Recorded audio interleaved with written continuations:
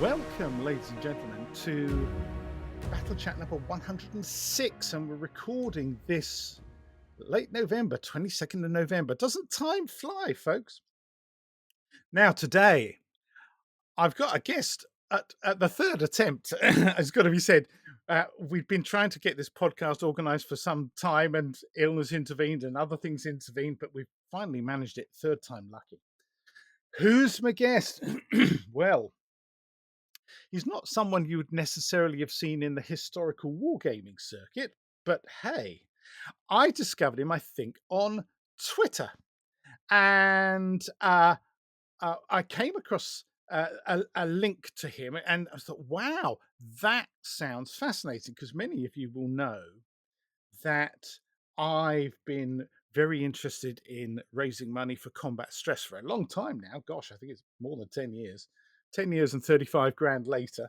And so I'm always on the lookout for other organizations that make use of things like gaming and modeling and that kind of stuff for therapeutic processes. So I was absolutely fascinated when I came across this chap, because he actually runs a charity that does amazing things with gaming. Who is this man?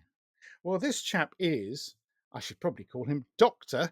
Gary Chapman. Hello there, Gary. Or even Gary Colman. So Gary where did the Colman. Chapman come from? I'm terribly sorry. But I was thinking, oh gosh, I want to meet this Gary Chapman as well. He sounds Gary, fascinating. what a great start. Get the surname right. Gary, welcome to the show. And thank you Hey man, so thank you so much much for having for me. being so patient about us managing to get together eventually. Yes, you've got a really fascinating background, and I think it's correct to call you Dr. Coleman, isn't it, Gary? Well, do you know what? Well, I am. I did qualify as a doctor. I am a doctor, but I've always found it weird. My patients call me Gary. Everyone's called me Gary, and to be honest, I mean, even now, if people say doctor, I kind of look over my shoulder, expecting to find Dr. Chapman standing behind me. You know who he is. I never really We're thought going to have myself to as a do one doctor, of but those I am big a doctor. cardboard Yeah, cutouts of Dr. Chapman, your alter ego. yeah. Yeah. Anyway, now, uh, obviously, there's a bit of a twang in your voice, so I'm getting a hint about the kind of part of the country that you come from originally. Um, Tell the listeners and viewers now, of course, we have to also say, so they'll see I've gone red with embarrassment, not just reflection from my Battle Games t-shirt. But tell us a bit about your background and where you're from, kind of a mini autobiography, if you like. And because one of the things is that Right. you've actually been in the services, which I think a lot of our listeners are going to be very interested in as well. So give us a bit of background, Okay, Gary. cool. Yeah, so Gary Colman. I'm from the Northeast originally. I'm from a little place called Birtley, which is in Right. County Durham. Um, yep, so I grew up there, born there 57 years ago. And Yeah, so I had a normal kind of, Yeah. 1960s, 1970s childhood in the Northeast, grew up there. And I suppose we're talking about role-playing games maybe, and that's kind of, I suppose, where I discovered that. Anybody from the Northeast of my generation might remember they in the town in Newcastle, there was a shop called Right. Beatty's, like a toy shop, a model shop. And I used to be kind of into Oh, model right. trains. My dad was into model trains. And so we'd go in there. We used to go in there Yeah. looking at, like, making little Yeah. models, dioramas for the train set, I suppose. And I remember I can distinctly remember behind a glass case, this game, this blue book with a dragon on it and a little knight with a sword saying something like, "Welcome to a world of fantasy." And I used to go and look, and I'd got to the age where I was just a Yeah. bit bored of trains, I think. My dad was still into trains. And I used to look at this glass case and just think, it was behind it, Yeah. you couldn't even, it's like a museum piece. What is that thing? It was the first, one of the Yeah. early iterations of Dungeons and Dragons. And I used to go and look at this thing, and I must have been about Yeah. 11, 12 years old, I suppose, looking at this Fantastic. marvel behind a glass I've got case. some questions actually Um, about because the model railways thing. yeah, yeah. I had model railways when I grew up as well, and there's Mm. an interesting crossover with a lot of wargaming, not so much role play perhaps, but the whole miniature world building thing that I think a Mm. lot of us Mm. grew up with. I think it was a very because it seemed like a very widespread hobby back in those days because we're not that different in age. I'm 62, so the whole. I mean, I think I Yeah. started with A lot younger. Triang. Yeah, you're much younger. I'm much I younger. think I started with Triang, in fact, model railways, and I remember I had a wind up one as well. Yes. The Triang Yes. Wow, Well, that's a try word I haven't yeah, heard for yeah, yeah, years. and they Triang. actually Yes. did quite a Yes. wide range of stuff, little kind of Wow. rubberized buildings and things, and the bridges going over the They tracks and did. the They did. stations, and then, of course, it became Hornby, didn't it? Hornby, HOO. That was the That's big right. thing that happened, and suddenly model railways kind of mushroomed. And I started with just an Yeah. oval of track on a piece of board with a few trees and a station and a Yeah. did I have the Flying Scotsman or something like that? Just but anyway, You everyone must had have the done. We Flying had Scotsman, the Flying Scotsman, something the like Duchess that. of Yeah, yeah. Abercrombie or something, these Yeah, little and a A4 little Pacifics tank and things. engine and Yeah, yeah, some yeah. coal trucks and Yeah. wagons. But as you say, I hadn't even connected the 2, Yeah, but it is about world building, isn't it? It's the same thing where you're building a yeah, world and in role-playing games, it's much more in your imagination, but there is a big element of it yeah. is little miniature figures and building a world Yeah, and creating this world and certainly, and that back in you're those playing days, in, yeah. museums always had dioramas of things. You know, you go see the diorama of the Battle of Hastings or the diorama of this stately home or whatever, and often, Or do you remember if you went into arcades, there'd always be, like, a little diorama yeah, often of, like, a little train set, and you put your 2 pence in, and this thing would yes, spring to life and do stuff, and, of course, before AI and computers, yeah, kids are like, "Oh yeah, my yeah, gosh, this is yeah. magic, this little Because thing going I on." grew up Yeah, yeah. in Essex, for my shame, Southend on Sea, Westcliff on Sea, Oh, and there was a place on the cliffs, yeah. Westcliff on Sea, and opposite Peter Pan's playground. I can't remember something Wonderland, and there were all these kind of little Mm, gnome trains and things that they had on tracks that were probably. I think back yes, now they were probably O okay. gauge as a little tiny kid, uh, Yes, and. Never Neverland, that's what it was called, Never Neverland. And so that whole thing, that the imagination playing in, oh wow, and kind of imagining yourself inside that, yeah. creating worlds. Creating And worlds, yeah. I mean, you don't know my background as much, but I'm a bit of a nut when it comes to world building and creating maps of Right. fictitious worlds and things like that. And so that's been, Yeah. but I can look back and say, yeah, that's probably where that started. And my dad encouraging me to make Yeah, airfix yeah, yeah. models. Were you a modeler as well? Yeah. I did, yeah. I used to again, my dad would got me get me models. I remember the very first ones you would get, you didn't even Yeah, glue together, you could just kinda clip them. They were like 4 pieces, and I was tiny, and I remember just getting these yeah. airplanes, just clicking them together and then painting them up, and then you get the Airfix ones, and it gets more complicated, and then you all those little the Oh, transfer yes. things, which you had to put in water and get the peel the transfer, and they never worked, you could never Yeah, get them off, our and American yeah, listeners will know those as um, decals. They call them decals over the pond. that's But yes, right, soaking yes, them in yes, yes. water, and you needed to get it just right. So because you Yeah, didn't want to turn your back and the things actually yes, floated off with the tide, as it were. No, yes, because then it'd lose its adhesion. yes, So you had to get it so it just yeah, started to lift and then onto the plane and hope you got it in the right position. You know, those were the days. Those, of yeah. course, lots of people still do it. Air Yes, time Airfix model is making a still a huge big thing, company now. yeah, Uh, so now, Gary, yeah. you've already mentioned the Blue Book. We'll come back to the Blue Book because I'm also interested in your background because this the nature of this conversation we're going to have means that your other Mm. background is really really interesting, and uh, you obviously you've got a decent education. Did you went to university up in Durham? Yeah, yeah, yeah, yeah.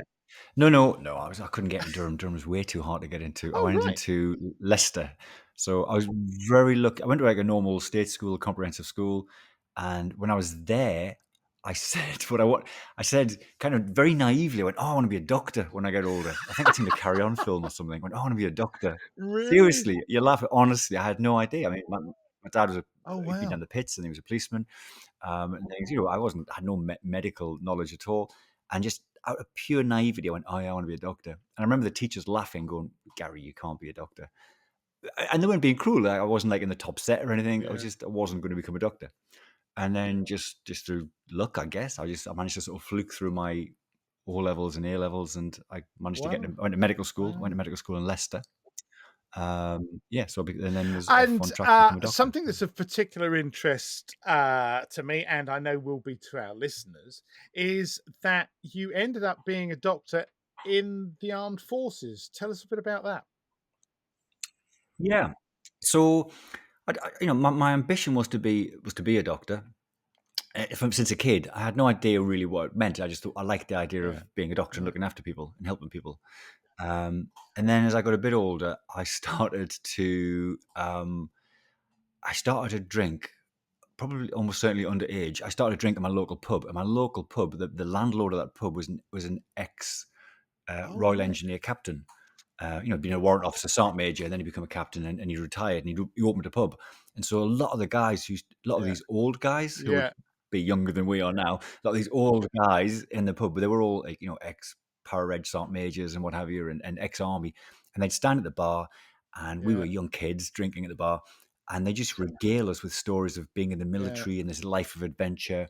And also, it was just nice because we were very, me and my mates were very young, and they just Great. treated us like grown ups. And so I started to kind of get this idea of, oh, I'd love to join the army. It'd be brilliant. And at the time, I was at school, and I was very, I was vegetarian. I was very much kind of dabbling with communism and things like that, and animal welfare. I was very much into sort of, Yeah. trying to stop fox hunting and things like that. And so I Yeah. wasn't an obvious military candidate. Um, I think I joined the Young Communist Party, but Fantastic. just this life of adventure. I thought, oh, this sounds brilliant. And these blokes were just wonderful, like hero. Like, oh, these guys were brilliant at the bar. I want to be like them. And so I went off, and then I went to medical school, and you kind of forget about it and go, oh, I guess I'm not. I'm going to be a doctor. I guess Oh, a lot of right. my mates went off into the military, become submariners and things, and yeah, in the Royal Air Force and what have you. And Mm. that was them kind of heading off into adventure. I went off to medical school, and then shortly after arriving at medical school, I realized you could actually join the Oh, right. army and be a doctor in the army, and the army would pay for your, Yeah. you get Yeah. a wage at medical school. So that was quite an easy. Oh, Wow. well, So, I'll do that then if I was it can. like a So short service I then commission kind of thing you were doing? kind of thing, yeah. So you have to sort of, yeah. So if you join, they paid you.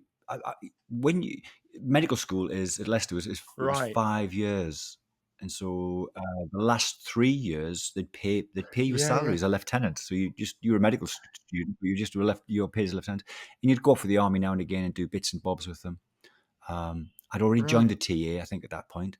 So I was running around in the TA, and then yeah, I then got salaried by the army, which was very nice of them. Thank you very much.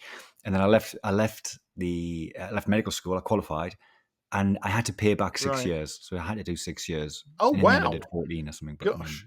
But um, yeah. So that was the plan. And then I went off, as a doctor in the army, and just So, loved it. To be honest, absolutely loved after it. your, by the end of your time, I imagine you must have been promoted from just a lieutenancy along the way.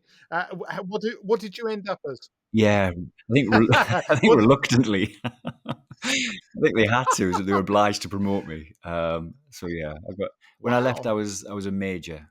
If I'd signed on for a couple more years, Yeah. I probably Yeah. would have made half colonel, I think, but Wow. I left as a That's an major. impressive record. And did you were you constantly serving here in the UK, or did you go overseas at all? No, as I say, I kind of rejoined looking for adventure. I think so. Anything which took me overseas, I'd go for. In fact, my very first posting was with an organisation called the AMF, the Ace Mobile Forces, which have been disbanded now. But I joined them because I met a guy in a lot of my stories start with, and I met a guy in a bar. I met a guy in a bar, and he was in uniform, and he had this little badge on his arm, which had AMF, and then like a I don't know, like it was like a gloved fist or Yeah. something, like a mailed Yeah. fist. Might have had a lightning bolt or something through it. I can't Yeah. remember.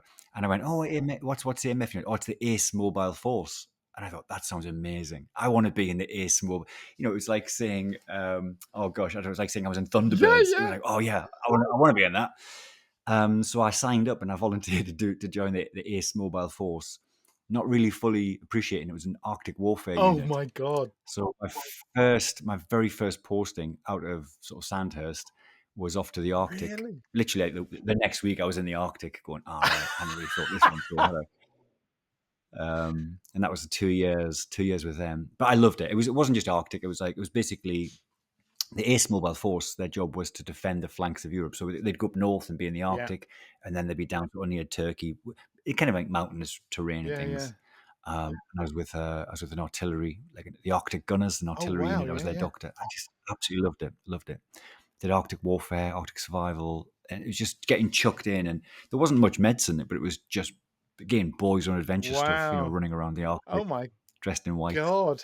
looking like James Bond. That's extraordinary. I mean, that's kind. Let's be honest. That's kind of cool, Gary. That's Oh my gosh, yeah, yeah, yeah. And that guy with the little badge, I mean, it's a cool badge. It was worth doing it just to get the little cool badge. And there's not many people can say they've done Arctic warfare and stuff. fantastic. That was me getting chucked into the army and just absolutely loved it. Absolutely, and I So love yeah, the idea of you alternating between frostbite and sunburn are the opposite flanks of the force. absolutely, yeah. But you're always out of the country. That was a brilliant part of it. You're always somewhere, um, and, yeah, somewhere kind of a bit different and a bit exotic, I Yeah, suppose. So I did that that was my first 2 years, and then I think from there, I think I did Bosnia or something. I then joined a medical unit, but I was then attached to some infantry guys after I did Northern Ireland with right, an infantry unit, and then Bosnia attached to an infantry unit. right.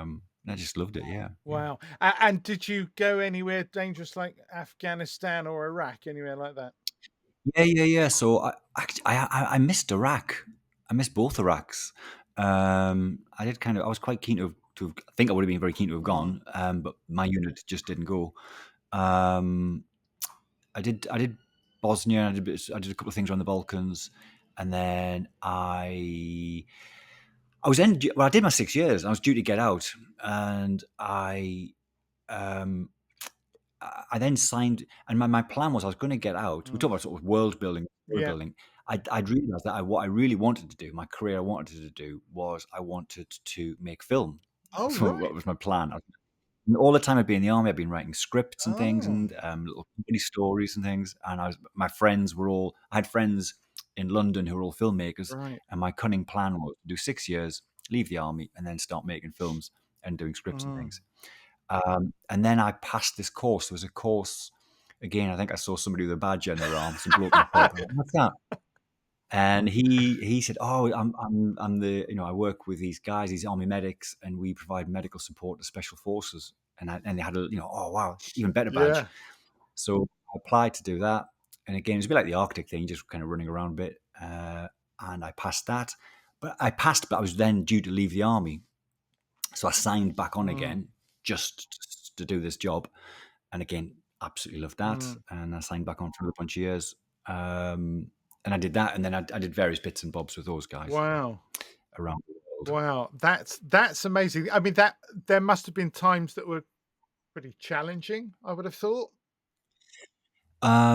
Yeah, but that's the kind of the deal, isn't it? I Mm. suppose. I mean, I was a medic. I was a medical officer. Mm. So I wasn't fixing bayonets and charging people, but there was elements of in all during all my service. I was usually working quite far forward. As a doctor Yeah. with infanteers or with with Yeah. gunners or what have you. And I was always very keen just to kind of get a Bergen on and get forward Mm. and be with the blokes and what have you. Mm. I think that's important. And so yeah, I saw little bits and bobs. I'm not going to pretend, obviously, nowhere near as much as infantry, Mm. of course not. Sure. But I saw bits and bobs. I saw more than the average doctor in a hospital would Yeah. have done, I suppose. Yeah. Yeah. Absolutely. Well, extraordinary bit of service there, and thank you for your service, and I'm sure that there's probably quite a few guys out there who are very grateful for the fact that you were there where you were.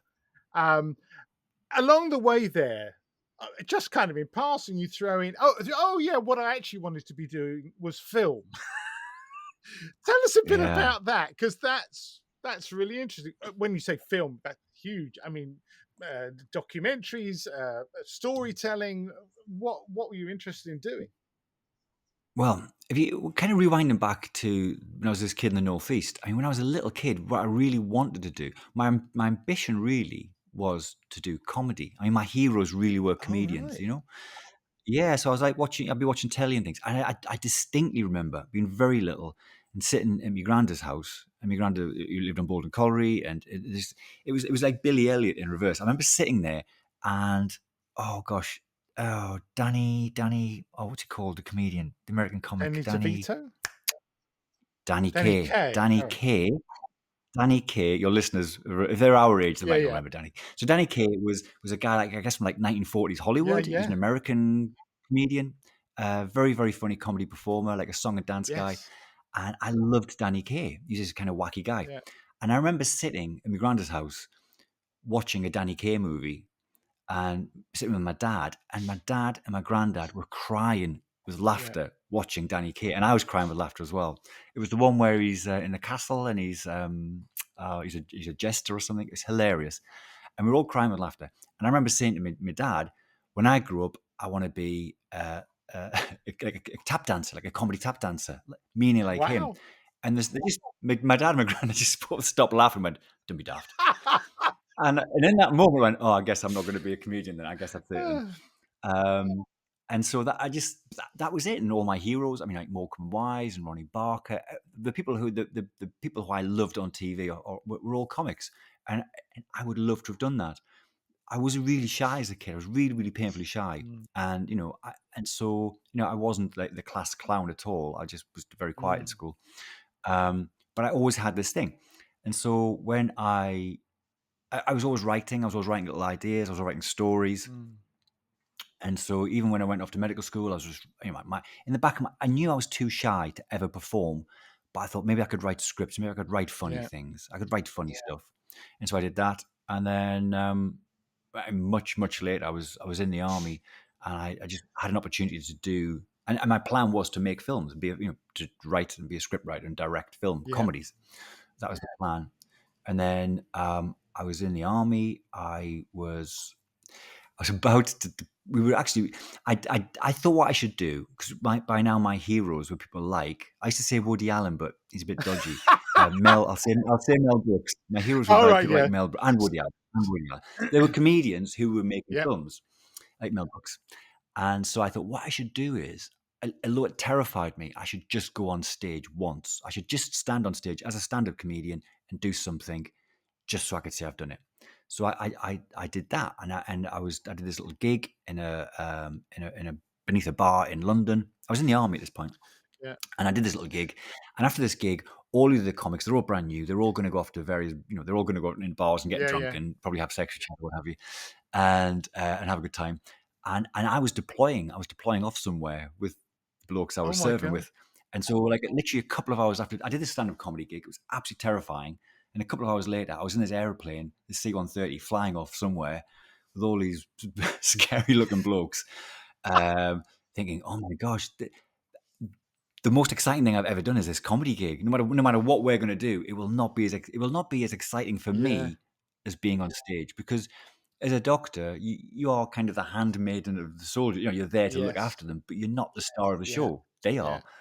And just my ego was like, for that moment, I was in the spotlight. Everyone was looking at yeah, me. They were laughing at what I was saying, and I was just the bug. I just had the bug, and we were off somewhere for a couple of months. And when we came back, I resigned my commission. I went to my boss and said, "I'm resigning. I'm leaving." Um, and he didn't believe me. He thought I was yeah. joking. And then a month later, I went, "I haven't received my paperwork through. I've put my resignation." I went, "I thought you were kidding." I went, "No, I'm leaving. I'm going to leave the army." And that was when I left. I just left to become a stand-up comedian, just on the spur of the moment. Wow, that's extraordinary. So the Yeah. adrenaline rush of that was more powerful than dodging bullets in Afghanistan or whatever. Yeah. And also, and to be fair, I had done 14 years at this point with the army, and I had loved it, but just in that moment, it was like, do you know what? This is what I've always wanted to do. This is it. And I'd done all that, Yeah. and I was it was getting a bit kind of oddly, even though it was quite very exciting. It was still a repetition of what I'd done, Yes. Yeah. and this was all brand new. And I thought, oh, come on, you just get one life, just do Wow. this. So So, what yeah, I so mean, so you a stand-up comedy. What kind of comedy was it? Is it observational? very bad. Very bad. But Very, it observational was comedy? Was it like, yeah. self-deprecating humor? What kind of stuff were you Yeah, doing? yeah, it was that. Yeah. So I think it takes a while to kind of work out what you're going to do, but I mean, I think if I'd be interested, I'm sure somebody did film that. I'd love to see that first little set to see what I was doing. I've got a vague Mm. recollection, but it was mainly just panic and terror. But I think the kind of the comedy that I do is it's just kind of like the mundanity of life, Yeah. self-deprecating, observational humor about the mundanity of life. I'm at the time I was single. I'm now, a married man, been married 20 years, got kids. And it's just that, the mundanity of of of life, I suppose, but also kind of raised to Yeah. ridiculousness because life is mundane. It's also incredibly Yes, ridiculous, yes, and yes. and full of its own fears and jeopardies. And I suppose that's Yeah, what yeah. if I was going to intellectualize it. That's what I'm Yeah, doing. absolutely. It's just me being left on stage, really. But yeah. Yeah, I mean, that's it's really fascinating because I think, I mean, I love stand-up comedy, and there's a couple of quite good places like the Commedia here down here in Brighton and stuff. But uh, Oh we'll yeah, have to brilliant get you gig. down there. But I think this is really interesting. Were you improvising, or or had you scripted your set? That's another difference. No, in stand-up comedy is scripted. I mean, I think the art is to make it look as if it's all just extemporized. The art is to make it look as if you're just thinking of it Yeah, in that moment. But stand-up comedy is scripted. But of course, I mean, or but it is also still in the moment because you are live in front of people and you're dealing with what's happening in that yeah, moment. It's not just a monologue. You don't just go up there, or certainly I just go up there and just start, because you address the audience, you're talking to them, and they will chip in and they will say things. And of course, you're then off script because you're then dealing yeah, with whatever's yeah, going on. But you've got a story. But in the same way that this is just a genuine, what we're doing now is just a chat. There's nothing scripted. I haven't got anything written down. We're having a chat, yeah, but we've probably both got ideas of what we want to yeah, say. We've probably said much of the stuff before, in the sense it's been rehearsed. It's not the first time I've said these yeah. stories, I Sure. imagine. Probably never quite like this. This is Yeah, unique because it's us talking. But in life we have these little stories and we tell them. In stand up, it's the same. You have these little stories and you're telling yeah, them, but I think the fun is there is no safety net. You don't know what's going to happen. You don't really know what yeah, you're yeah, going to say yeah. next. In the same way as Absolutely. Well, like this, I've I done guess. some improv, so that Yeah. that's an interesting experience. Scary, Yeah. but also not so. Because this is what I fully understand the kind of being in the moment thing, and at times Mm, thinking on your feet, audience reaction. I mean, I imagine you know how to mm. deal with hecklers quite well by now. I get heckled a lot, absolutely, yeah. Get off your rubbish. Fantastic. That's fascinating. And a bit Mm. later, we're going to talk some more because you've got plans when it comes to getting out there with comedy and stuff. I Alright, want to yeah. wind back now. Let's Yeah. go back to the blue book, shall we? And Yes. the key relevance here of that blue book, and you I discover. love the fact that your audience just know what a blue book Oh yeah, is. yeah. I love the fact that you haven't got to hear explain it. The folks who listen to you would know Oh yeah, yeah. what the blue book was. That very first kind of D&D, and of course, I love I can your audience. hold up this, which is a more recent one now, with all my little tags in it. Oh, look at Yeah, that. yeah. I'm a Crazy. nutter. Brilliant. But Dungeons and Dragons and role playing. Go on then. Mm. You're in the shop. There's the blue book and the dragon and everything, and you're like, wow, what's this? Yeah, yeah. Go on, take us from Yeah, there. so, do you know, it probably wouldn't have gone beyond that. It may not have gone beyond that, me just looking at this book 'cause I just didn't know how would I, what was even in the Yeah, book? Um, and then, I don't know, months later, I do remember this. I was in music, a music class at our little school, and a kid walked in, a kid who I'd never really spoken to Yeah. before. He wasn't one of my friends. He was in a class. He was in a Yeah. group. Somebody I didn't really know. This kid wandered in, and he had in his hand that blue Oh, book, wow. still in this, yeah, in cellophane, this little book. And he sat down, and I sort of changed seats and sat next to him. And went, what have you got there? And he went, my parents bought me this thing. I don't know what it is. And so I just thought we need to become best friends. So I just started talking to this kid. And then that night, probably after school, went round, after I had our teas, went round, we opened this book and we started reading the book on how to play. This was Dungeons and Dragons, how to play Dungeons and Yeah. Dragons. And then we realized that you couldn't just play it. Somebody had to go off and learn the book and Yeah. learn the Yeah. rules and then be this dungeon master. And this kid had the book. So it was like, it's my football, it's my Yeah. game. He had the book and he went, well, I've bought the book. I want to play the game.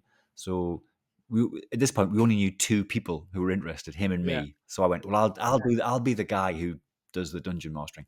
And of course, I was always that kid who loved writing stories. I loved telling stories. So the idea of me being the dungeon master, the Yeah. storyteller, kind of appealed, to be Mm. honest. And also, I wasn't very sociable. I wasn't really a team player, and the idea of me playing as part of a team was less interesting. I think I just gravitated to, I'll be the dungeon Yeah. master. That sounds brilliant. So that was me. And then we didn't know anybody else who played the game. He knew a couple of kids who was on his street who went to a different school, who he thought might be interested, and they were. And then that was it. That was our first little Dungeons and Dragons group, and we played a game. I think the book had a game in it. I'm Yeah, I imagining. I think can't it did. remember. Yeah. Yeah. Oh, Into the Unknown. Into the Yeah. Yeah. Unknown. Is that it? I think so. And so we just played through this game, and I was literally one page ahead of the rules. I was just working out the rules Yeah. as we Yeah. went along, as you did. And then it was all kind of homebrewed as well because there wasn't that much in the rules. Yeah. You had to just make up stuff, Yeah. which I loved. I loved it. And then I was writing my own little monster manuals and things, and Fantastic. then that was it. And for the next 4, 5, 6 years, however long it was, we would just meet up. I mean, whole weekends would just Oh, yeah. disappear. They'd come around to my house. I would just, and by now I was writing my own games and campaigns and things.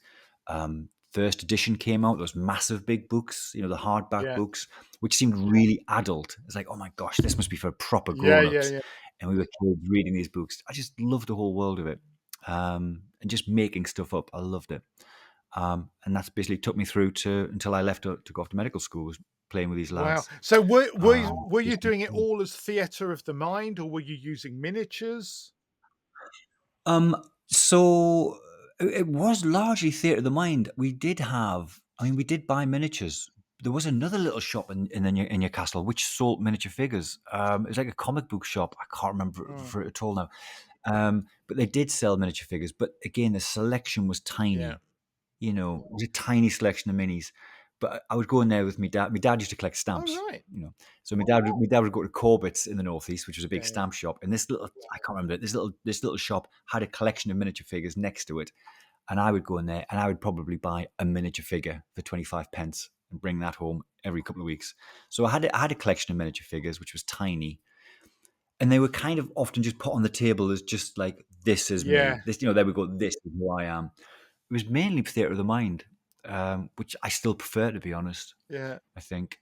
And then when you go into combat, you might put the figures on the ground to represent just your relationship to each Yeah. other, Yeah. and then it would be probably a rubber dinosaur that I had would be whatever monster we had, because we didn't have enough miniature figures. We Yeah. have a couple of Yeah. miniature figures. So this would have been Uh, going through the 1970s through to the early 80s. yeah, it would have been, definitely early, like 1980, 81, maybe like 79 or something. It would have been really early Yeah. on. Yeah. I mean, were you Uh, affected by what later obviously massively became the Games Workshop craze? hmm. So, I mean, the little shop that sold miniature figures, what they also sold was magazines, and so I used to love the magazines. So I used to get White Dwarf, Ah, right. was my favorite Yeah. magazine, which is obviously Games Workshop, and I used to get, there was Dragon magazine and Dungeon magazine, wasn't there? And I think there was Imagine came out as Oh, well. Gary yes. Gygax brought That's out right. Imagine. Do you remember that? And I used to buy these magazines, but they were quite expensive for a kid Yes. with just, I just had pocket money. Um, and so I couldn't buy many of them. But the ones I used to collect was really White Yeah. dwarf, those early white dwarfs. And so I'd read these white dwarfs, and I was there kind of looking for Dungeons and Dragons games to Yeah. play. But if you remember the first 100 or the first 99 editions of White Dwarf, they were kind of rules agnostic. There was everything in there, Yes. wasn't Yeah. there? And so I became exposed to these other games like Call of Cthulhu and Yeah. Traveller. And I was just really intrigued by what they were, because I didn't have the rules for those games. I was Yeah. just Yeah. reading the games. And some of the games I'd kind of transpose into Dungeons and Dragons because I had the rules for that. A lot of homebrewing. Yeah. But then later on, I did meet a couple of guys, and we played Traveller, and then we had a couple of games of Cthulhu and Yeah. that. So I did play other games as well. Um, and then I guess after issue 100, Games Workshop kind of came up with its own tabletop game, Yeah. didn't it? Warhammer. Yeah. And that Warhammer, yeah. And I just didn't get into that, to be honest. I have played Warhammer since then, but um, in my interest, I probably stopped buying White Dwarf then because it was just Yeah. Warhammer. And that just looked like a whole other bunch of money that I just didn't have Yeah. access to. Absolutely. All those miniatures. And I was absolutely right, by the way. I was absolutely right. It was just Warhammer crack, wasn't it? It was Yeah. just all of these miniature figures. Yeah. Yeah. And so I kind of, yeah, I just couldn't afford to get into that, I suppose. It's really Um, interesting listening to you because I think a lot of people either of a certain age don't know that originally Games Workshop was a games plural workshop. They sold yeah. all kinds of stuff, including chess and backgammon and goodness knows what else. A Yeah. whole other people's miniatures, Reaper miniatures and stuff, and obviously Foundry miniatures when that first started Yeah. happening. And yes, as you say, White Dwarf was this kind of a portal into the world of kind of fantasy, sci-fi, role play gaming in general. Mm, And of course, it was later on that suddenly, oh no, the portcullis came down, and thou yeah. shalt not even speak of any other brand other than the Games But Workshop. al but also, I think also it was just a much more like a multiplicity of games Yeah, back then. When you started playing, I mean, Dungeons& and Dragons was already probably the market yeah, leader. It almost certainly was the market leader, but there was lots of other games, Tunnels and Trolls, something and something, yes, something and something, yeah, yeah. something and Sword something, and swords and sorcery. sorcery. Yeah, There's loads of games coming out, and any one of them really could have been the one that kind of yeah, sprung up and took off. yeah, And I think people did. There was I think everybody just kind of played a bit of yeah. everything much more. Absolutely. It was less of a monopoly, I Yeah, suppose. And then it did sort of split, and then it did become Dungeons and Dragons trying to own all of the role playing yeah, games, and it did seem to be like Games Workshop, Warhammer try to own all of the yeah, tabletop yeah, games, and there did seem this little yeah. dichotomy, and I mean, which is a and shame, really. and the thing is, of course, that Games Workshop has become one of the world's most profitable companies. I mean, the latest Yeah, figures in the yeah, last yeah, yeah, recent years are like, yeah. oh my god, that's astonishing. And it We can understand why, 'cause I still wander into their shops, and I was stagger broke. Yeah, and of course now The most they're expensive just miniatures in the world. Warhammer shops. It's not even Games Workshop. It's Yeah. just Warhammer, Yeah, yeah, Age of yeah. Sigmar, and all that. Yeah, yeah. There's one in Brighton, and I go in there occasionally to top up on my paint. If I need some contrast paints or Yeah, yeah. whatever. Yeah. But now it really is just everything is so on brand, Yeah. and the price of some of the models is Eye-watering. Eye-watering. it's like wow. And to think I used to go in there. I first got involved with Games Workshop, oh gosh, back in the late 80s, early 90s, I think it was, with a game called Advanced Hero Quest, which of course is like Dungeons and Dragons with miniatures, with like Yeah. a board, like a jigsaw you can lay out as you go along, and literally Yes. little doors and that kind of stuff. Yes. Great game. And as I found, it's a really good game for introducing, shall we call them civilians, to the world of role Yes. play gaming, because sometimes normal people, quite understandably, find it really hard to just imagine stuff. So actually having Mm. something that's kind of a physical clue to what's going on. Oh yes, I can see there's my Yeah. guy. He's going down that corridor. He's next to that door. It's a little avatar, isn't it? A little Absolutely. avatar. Like a computer game. Absolutely, I get it, and yeah. actually, Advanced Hero Yeah. Quest is a great little game. It's actually Yeah. really interesting. Got lots of possibilities. But that's how I kind of got involved. But back then, even early 90s, there was still other stuff. They had lots more specialist games and that kind of stuff, which Yeah. they've now gone, no, this is not core product. We're dumping that. And so particularly now with 3D printing and stuff, other little Yeah. industries have sprung up, haven't they? We're saying, oh yes, did you Yeah. used to Yeah. really like War Master? Oh look, there's a man here. We can't call them War Master, but lo and behold, they look very much like Yeah. those figures and fit in perfectly well. Well, I think it's quite healthy again. The industry is quite healthy because it has become more diverse. I think, Yeah, because of things like 3D printing and because of YouTube, internet shows like this, where people can just go, we can just go back to just doing our own thing a yeah, little bit more. It's yeah, good. I know that D&D Wizards last year had the big sort of SDR thing where they try to yeah. restrict their IP, and it didn't seem to work. And I think it's good. I think it's healthy that there's a multiplicity of Absolutely. games again. Absolutely. Now, I'm also interested in the fact that, as you said, you like to write, you like to come up with ideas, you like writing scripts, you like being a dungeon master. Are there particular sorts of settings? Are you a kind of a classic fantasy kind of guy who likes, wizards in pointy hats and staffs and that kind of monster and butch warriors, lumbering around? Is that your kind of genre, or have you widened out into other forms of role playing? Well, sorry, my dog is going to bark in That's a all right. second. Why? I mean, I do play. I mean, the game I play the most is.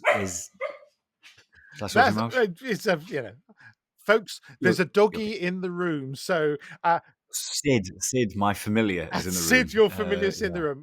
You can make a judgment call. If you feel like it's getting too much, Gary, then by all means, okay. Gary's going to take a moment. he's just seen a cat. That's all. Just one All right. second.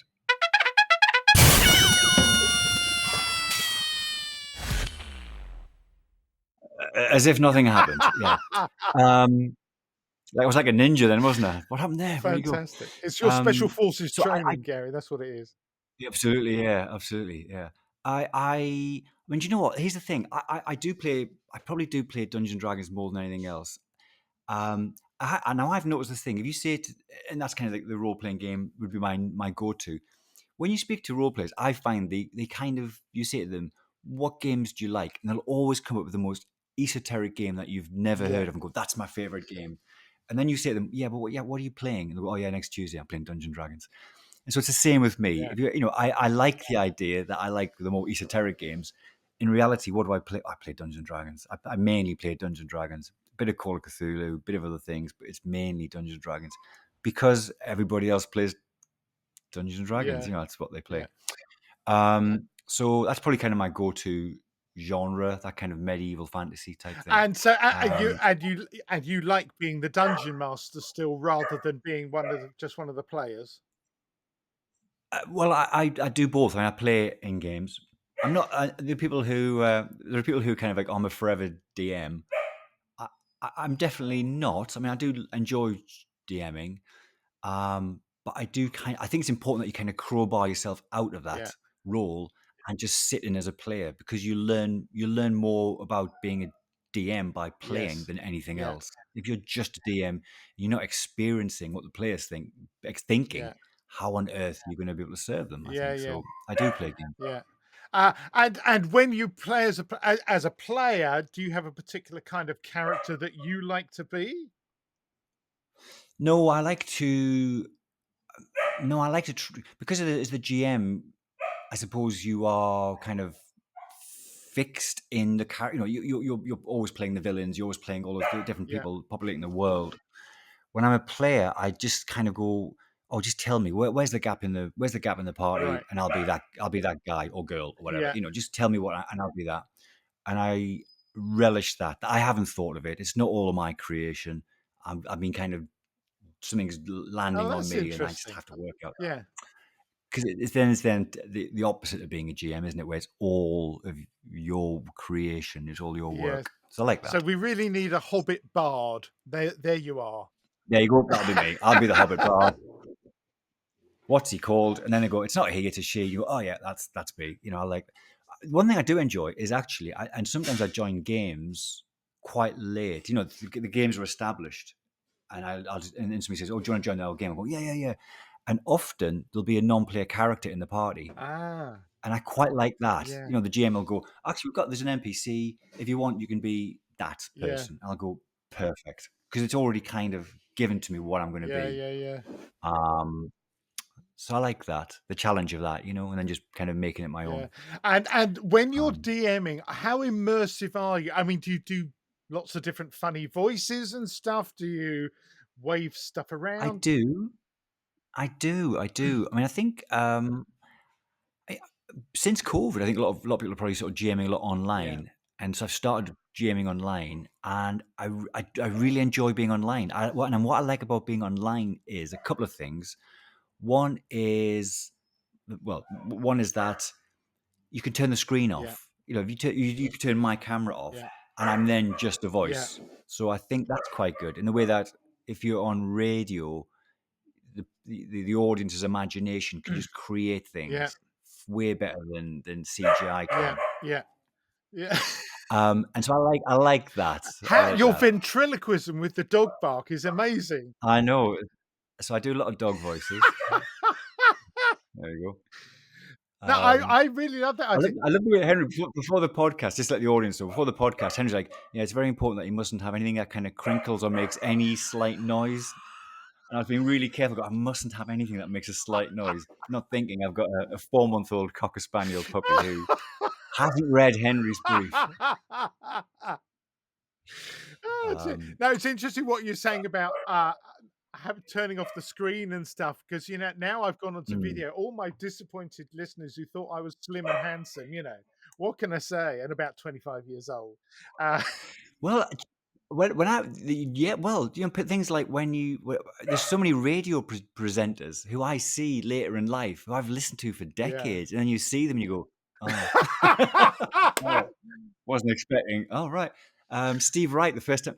If Steve Wright's one of your listeners, I No, do he apologize. don't. The first time I saw Steve Wright, I had this image of what Steve Wright, the Yeah. radio guy would look like, and then you see him and go, oh, Yeah. oh, okay, right. Um, yeah. Fantastic. So I think there's something wonderful. There's something wonderful about audio Yeah. Yes. where you just fill in the blanks. Yeah. So I like MCing. I like MCing. I like GMing online, Yeah. where the camera's on. I chat to the people, and I go right. The game Yeah. starts, and my camera goes off, and then you can put the music on. You Yes. can do Yes. Yes. voices Yes. and things, and you can, and hopefully it adds to it.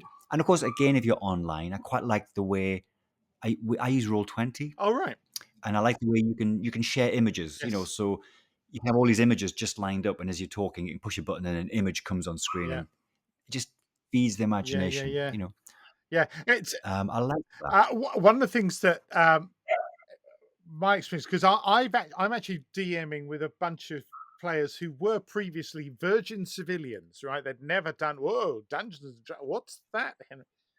But they got interested because they've been around my house and seen it because I've got a lot of miniatures and they've been oh Yeah. wow what's that it's a whatever it is and so I consented. I invented an island called Furchtinsel, which means kind of scary island, basically. And Right. with so using some Games Workshop stuff like the Skaven, the Ratmen, and humans, sort of empire-ish humans, and created this setting called Rattenstadt, Rat City, right? Yeah, yeah, And brilliant. I've got lots of buildings and stuff, and so for the civilians, they love it because yes, they like the pretty miniatures. They haven't got to Yeah. think so much, and they can just see, oh yes, my guy's there, and oh, there's those nasty rats coming, what have you. But what I also do is prior to the games, I record a little podcast, uh, as Mm, if it's amongst some of the characters having conversations or mm, doing stuff behind the scenes to give clues and mm, that kind of stuff. mm, And I was inspired. There's a writer you probably have heard of called Joe Abercrombie, who writes the most mhm, extraordinary fantasy novels. And the audiobooks are narrated by this guy called Stephen Pacey, who I often bang on about. He's the most phenomenal narrator I've ever heard. His ability to mm, there's a particular scene in one of the books where he's narrating a piece, and there's like six different guys, and they're all sort of brummies, but he mm. somehow manages to make them all Wow. distinctly different. Distinct. Wow. Now, Brilliant. It's much easier. I can do a guy. There's a guy with a German accent. There's a guy with a French accent. There's a guy with a London accent. Whatever. But to have such a nuanced kind of performance of from people Mm, all from the same region. Now that is that's professional good. narration, right? It is, yeah, yeah, it is. But also, but you don't need it either. I mean, there is a style where you Just just read it. don't do any voice. You just talk, Yeah, you just chat, and that's just as engaging. I mean, people, the the humans are just infinitely yeah. fascinating. As long as there's a human in front of you talking, and sorry, the dog's now. That in itself is that's. I think that's enough. Just being a person is Yeah, enough, and just having a GM in front of you. yeah. I think we're going to need a picture of the dog in the promo as well. So the dog is now trying to get inside. There's a cupboard in it. The dog is now trying to get inside the computer, basically. Sid, could you be any more? You've never done that in your life. Could you Ah, be any more this annoying? is my. It's one of the most entertaining recordings I've ever done. But anyway, what I was going to say was, is that a bit of dog I can see at the bottom there, or is that? That's Oh, my that's hand, your isn't hand. it? I wondered if that was a bit of dog. Um, I'll show you some dog. I'll show you some dog in a yeah, second when he show comes us some out. dog. What now? What I was going to say, because this is what's important is okay. The role play, and that's fantastic, and thanks for kind of giving us an insight to the kind Mm. of stuff you Oh, but do. sorry, but can I just say, Yes. I was just going to say, I've done the stuff online, and that was a new thing, going Oh, online, right. and Yeah. Yeah. we were all learning how to GM online, Yeah. and I love the fact that you could have all these, you could create all these little, like bits of like images. You can Yes. put images thing on, and I like drawing, so I could do little All drawings and right. stick them on and show them things. And also, you can very easily create. If they find a letter, you can easily create a letter, Yes. and stick that online and just show them. And they go, rather than you reading it out, they're reading the Yes. letter they found or they found a clue. I love all of that. But then the other project and I do the online project with my charity, often with military Yeah. veterans. Um, but I'm still also with my charity. I'm playing a game face to face with people experiencing homelessness in Yeah. London. And with that one, we meet face to face, and we get the miniatures out, and we've got some amazing guys who've made some fantastic miniatures. But then that's a different experience. Which, Yes. going back to what you were saying, is where you build this little castle, and you put the walls Yeah. in, and you reveal it, and people can put their hands on something, and they Yes. can move Yes. this thing around the thing, and then you can roll a dice in front of somebody. Just Yeah. that experience. Yeah. There's something about that as Yeah. well, which is a different way of playing, Yeah. and that's all equally as wonderful. Really, just getting your hands on I things. also think that that's important in this day and age where so much is digital, right?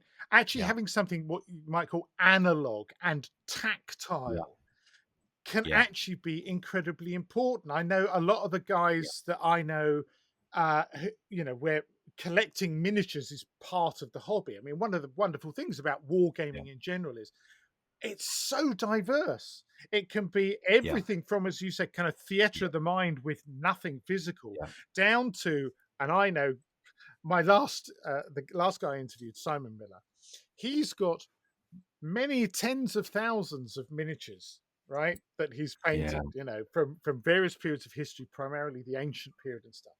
And so the physical, the sheer tactility, and you might say the sheer physical bulk, actually, of mm, his aspect of the hobby is something that's important to him, in complete contrast to everything else in our life, which is very ephemeral and how do we get hold of it, or artificial intelligence and that kind of stuff. I think that's a really important aspect of the hobby. it is. It absolutely. It is. It is an aspect of the hobby. I, I, I mean, I do have thousands of minis as well. I think a lot of people in the game are quite kind of nerdy and quite, addictive. Yeah, There's definitely an addictive quality about the game. This idea of dice goblins. We all have thousands and thousands of yeah, dice. We only need, yeah. 7. Um, But there is something about having that tactile thing in your hand. When I was playing the game with the homeless guys, we had a professional GM there, Oh, right. and one of the things he said was, when we're playing the game, he gave us all these little miniature figures which had been had donated to us to give to the homeless guys, and so we'd all have a little miniature figure on our hand, and we'd all sit and paint a figure as we played the game. Fantastic. And yeah, like knitting, just like this thing Yes, to do with your yeah, hands. And I thought, I've never done that before. I think that's going to be quite distracting. I don't think I want to. I don't think I want to do that. I just love it. I now Yeah, absolutely love it. Just anything. Just it is like knitting. Just having a thing in your hand. It only takes a tiny part of your brain to paint a miniature figure. You can totally concentrate on everything else absolutely on around you. autopilot. Yeah, Totally. But there's just something amazing, amazingly soothing and therapeutic yeah, about yeah. it. And so I recommend that to everybody now. Just to consider having a little figure and just doodling, painting whilst you're Absolutely. doing it. Yeah, there's someone I'm gonna throw in here from left field. I might have mentioned a long time ago on this program, a guy called Mikhail Csikszentmihalyi, who wrote a book called Mm, Finding Flow. And one of the mm, brilliant things about this hobby, whether it's the painting the miniatures or playing the games or doing the research or whatever it is getting into a flow state, which is brilliant for yeah, your mental health, isn't it? yeah, yeah, yeah. Totally. So let's now, having brought up something a bit scientific there, let's move on and talk about the fact that your gaming and your medical background has led you to set up this extraordinary charity called Game Therapy UK. And Yeah. I think I'm going to leave it to you to explain to people, first of all, what inspired you to set up the charity and exactly what it is you do and who you do it for. Yeah. So Game Therapy UK, it's a registered charity. It's a therapeutic gaming charity, and we've been going for a number of years now. And we were set up with the intention of providing an evidence-based therapeutic gaming, mainly to combat social isolation, but to do lots of other things as well. And we work with various groups. We have projects for, I mentioned, people experiencing homelessness, Mm. also people in addiction recovery, survivors of modern day slavery, and projects for Wow. those. And then our other big project, it was with military veterans, Mm. and they were the sort of the first two large areas we looked at. And we're moving into other areas as well. So we're moving into areas next year. We're hopefully going to do a project for young people with a condition called Duchenne's muscular Oh, dystrophy, which is a wow. wasting condition. We're also doing bigger projects for adults and young people, autistic adults and young people. Also doing projects looking at kind of a rules agnostic games to go into schools and clubs. Yeah, so that's kind of broad brush what the charity does. And in terms of how we came about it, it was at the time I was, I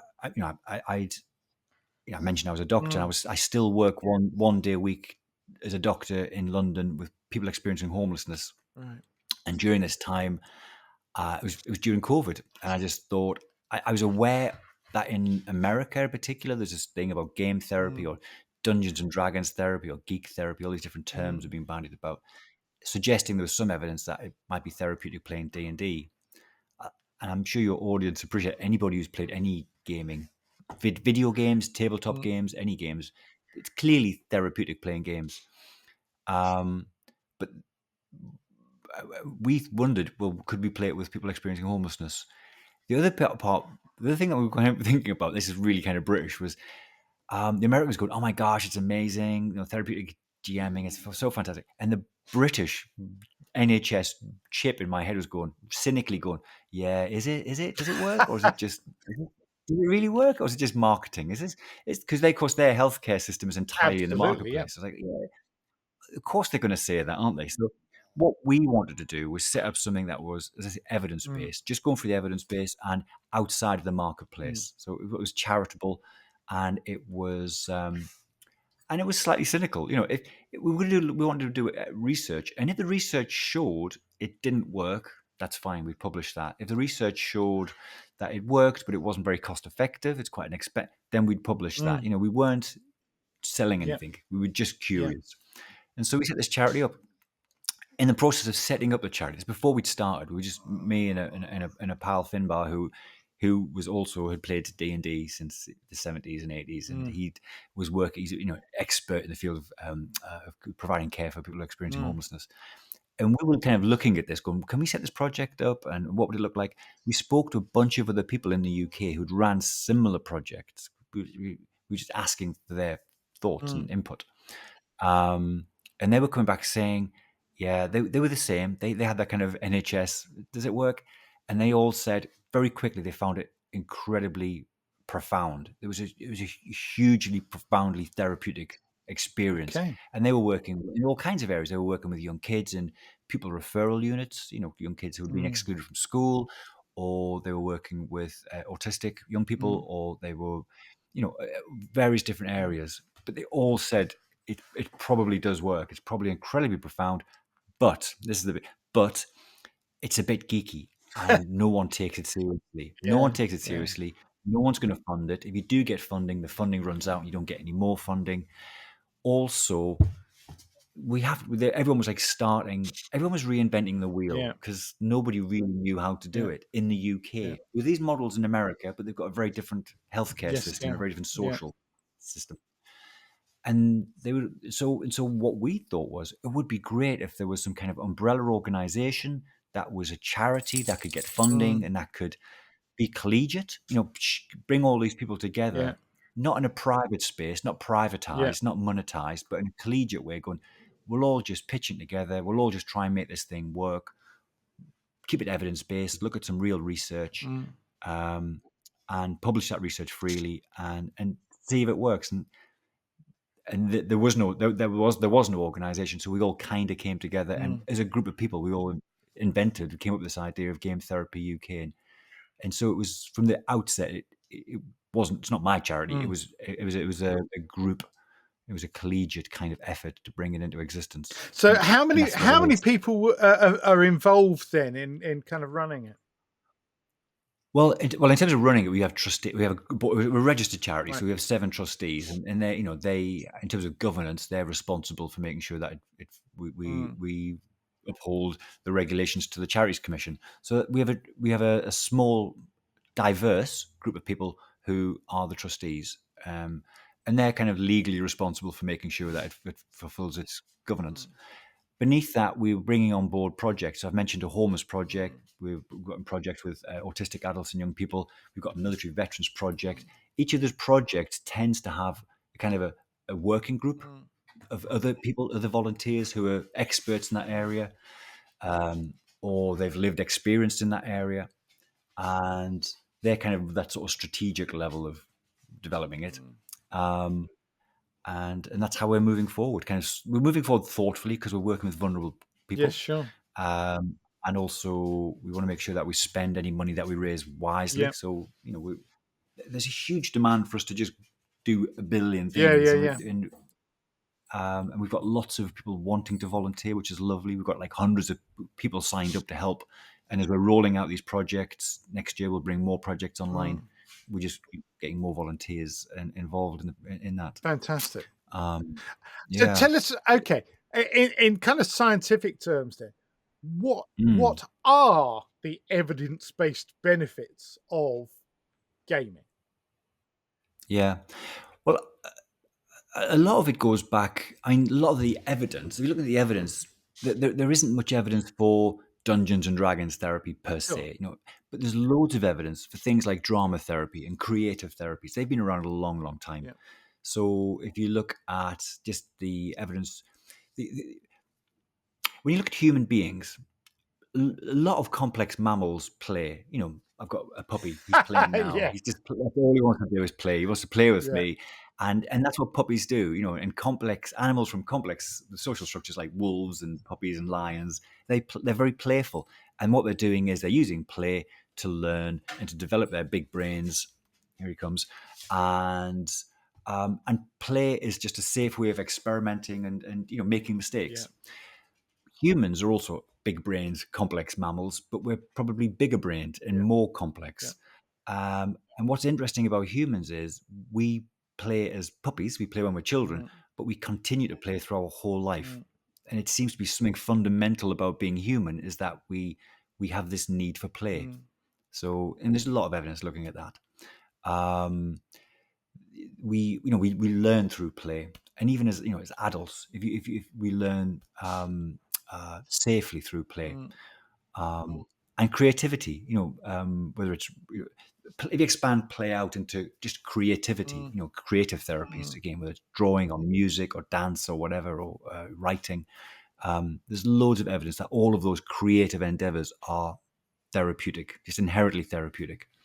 So then if you look at something like a tabletop game, you know, our charity is game agnostic. It's Yeah. not Dungeons and Dragons, it's Yeah. anything. So if you look at a tabletop game, name any one, you'd go, well, probably that's going to be therapeutic, inherently therapeutic. And that's what we believe. We believe just playing games is inherently therapeutic. There's also, I mean, I also know as a doctor that anything that is potentially therapeutic, anything that potentially has an effect, can also have a harmful effect if you do it badly. Anything, aspirin. Aspirin, it's not a very powerful drug. Take an aspirin, it will make your headache better. Aspirin has an effect. It can also have side effects and do harm. And it's the same. If something is therapeutic, it has the potential of being toxic. And so what we're doing is we're looking at each of those projects. How do you play the game thoughtfully to make it as therapeutic as possible? And how do you avoid doing harm? How do you avoid making it toxic? And that's kind of what our research is looking at. Um, can I give you an example? So Yes, when please. we looked at the Veterans Project, initially the NHS came to us. The NHS said, "Could you devise a project using Dungeons and Dragons?" I said, using a role playing game to support veterans who've got PTSD. And we went, yeah, of course we can. That's not hard to do at all. So we devised this game. And the next question they asked very sensibly was, will it do any harm? And if you can imagine, if you're playing a role-playing game, where you're working in a small group of people, this is the game. In a small group of people, you're going somewhere dark and dangerous. Your characters are armed to the teeth. You're hyper vigilant. You're going to get attacked. You're possibly going to get killed. For most of us playing a game, that's just a game. It's just a game. If you're a military veteran, that was their experience. They've actually done that. Yeah. They're the only people who play Dungeons and Dragons. The only people who've actually done it for Yeah. real. They're not fighting dragons, but they fight. Yeah. And the concern was, well, are you going to trigger them? Are you going to trigger their PTSD? It's a very good question. Very good question. And so we went to our group. We had about 50 volunteers. We had 50 potential players at that point. And the first thing we did was we asked them, we said, look, you guys play games, computer games or D&D or Cthulhu. What's your experience? And interestingly, they came back, and a lot of them had experienced PTSD, and they came back and went, yeah, we get triggered. If we play computer games or if we play Cthulhu or D&D, we get triggered. It triggers Yeah. our PTSD. But they then said, that's why we do it. We're doing it because we're in a safe space Yes. and we are remembering the trauma. And by remembering it, it lessens it. We have control Yeah. over it, which is what you'd expect. When we speak to our clinical psychologists, Yeah. that's what they say. That's exactly what Yeah. they say. So when we're designing games for the veterans, we can design games that aren't going to be harmful. So we're thoughtful in the Yeah. design of the games because we don't want to do anything harmful. But equally, our clinical psychologists are saying, but it needs to be a bit spicy. You know what I mean? It Yeah. needs to be, the veterans need to have some triggers. And when we speak to the veterans, and we said, what games do you want to play? They all came back saying, we want to play Cthulhu. We want to play, not all, but many of them came back saying, we want to play dark, dangerous games, Vampire Masquerade, Cthulhu, things where bad things happen to us, which again sort of fits the psychological model. We then said to them, brilliant. What games do you know? What rules are you familiar with? If we were going to ask you to GM it, what games could you GM? And then they all came back and went, oh yeah, Dungeons and Dragons. So we typically, just going back to what I said earlier. So what we've done is we started off playing a Dungeons and Dragons game, but we a game was homebrewed, our own campaign, and we changed we homebrewed rules, which I think a lot of players probably do anyway. We kind of brought back in old edition Blue Book, first edition rules, which made the game much more lethal again, because the fifth edition rules are quite gentle. So we brought in this sort of lethality again in the rules. And the campaign setting itself, it's quite dark, it's quite Cthulhu-ish. There's lots of jeopardy in there. There's lots of dark shadows and things that might get you any second. To make it slightly traumatic for our veterans playing, and they enjoy playing that way. But also, hopefully it is therapeutic. And then we give our GMs training in how to play these games in a therapeutic way to maximize the therapeutic benefit and minimize the risk of doing anything harmful at all. This is fascinating. I can't tell you how fascinating I find this, Gary. And also, it is amazing. playing with veterans is incredible. I'm sorry to interrupt, Yeah, but go ahead. I mean, I'm a veteran myself, but I play games, and we have our own campaign world that we're developing Yeah, with our clients, and so we have civilians play through this campaign world. We've got people experiencing homelessness play through this campaign world, and we've got military people from all children playing through this campaign world. And you see military veterans play through it. It's brilliant. Everybody should watch military veterans play, because they've done it for real, yeah, yeah, and it's not a game. They take it absolutely yeah. seriously, and and also you really do have to beef up your creatures, because they just demolish any monster you put in front of them. They behave. The players are playing tactically, Yes, seriously tactically, seriously strategically, yes, and they're moving in a military yes, fashion, clearing rooms. yeah. They just decimate your dungeons. Yeah, It's yeah, amazing what absolutely. you do. I love it. I love it. Absolutely. Yeah. I mean, there's a whole bunch of stuff coming out of this. Talking about military veterans playing war games, my experience. Mm, mm, mm, mm. They're really bloody good at it, of course. And in Yes, fact, of there course we was are. some guys in the hobby were put on some games at a big military history festival. There's a Mm. podcast called "We Have Ways," Oh, right. and historian James Holland and Al Murray, the pub landlord.